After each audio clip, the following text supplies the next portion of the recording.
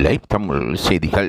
திவினேஷின் வெற்றியை உலகத்தில் இருக்கின்ற சரிகமபா நிகழ்ச்சி பிரியர்கள் எதிர்பார்த்திருக்கவில்லை. ஆனாலும் லைவ் தமிழ் இது தொடர்பாக திடமாக நம்பிக்கை கொண்டிருந்தது. தங்கள் செய்தியின் ஊடாக உண்மை தகவல்களை வழங்குவதே லைவ் தமிழின் முக்கியமான ஒரு துணிப்பொருளாகும்.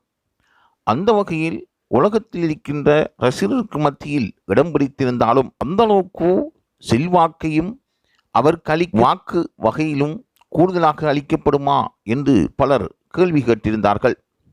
திவினேஷ் சிறுவனாக இருப்பதனாலும் அவன் சங்கீதத்தில் முழுமையான பயிற்சி இல்லாததால்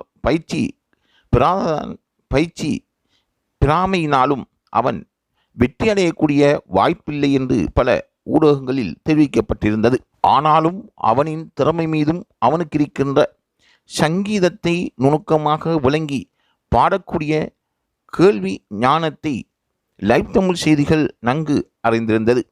அந்த வகையில் உலகத் தமிழர்களுக்கு மத்தியில் திவினேஷின் சிறப்பை கொண்டு சேர்க்க வேண்டிய கடமையும் திறமையானவர்களுக்கு முன்னுரிமை வழங்க வேண்டிய தேவைப்பாடும் இந்த லைவ் தமிழ் செய்தி இயக்குநர்களுக்கு இருந்திருந்தது. அதனூடாக அவரின் திறமை வெளிக்கொணரப்பட்டன. லைவ் தமிழ் செய்தியுடன் நீண்ட காலமாக தொடர்ந்தும் பல பேர் இணைந்திருந்தார்கள். அதற்கு இந்த லைவ் தமிழ் செய்திகள் நன்றிகளை தெரிவிக்கின்றன. வெற்றி பெறக்கூடிய வாய்ப்பு கூடுதலாக யோசிக்கு இருக்கும் என்று கூறியிருந்தார்கள். ஏனென்றால் பி சுஷ்லாவின் குரலில் அவர் பாடி மற்றவர்களை மகிழ வைப்பதாகவும் கூறப்பட்டிருந்தது. கலந்து கொண்ட ஒவ்வொரு போட்டியாளர்களும் திறமைசாலியாக இருந்தாலும் எவ்வாறான திறமைக்கு முன்னுரிமை கொடுப்பது என்பதுவே அங்கு கேள்விக்குறியாக இருந்தது.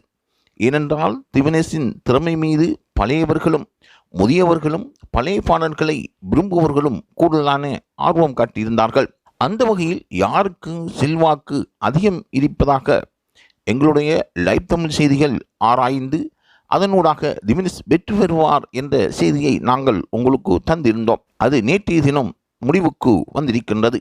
ஆகவே வெற்றியாளர் திவினேஷுக்கு லைவ் தமிழ் செய்திகள் தொடர்ந்தும் வாழ்த்துக்களை தெரிவிக்கின்றன.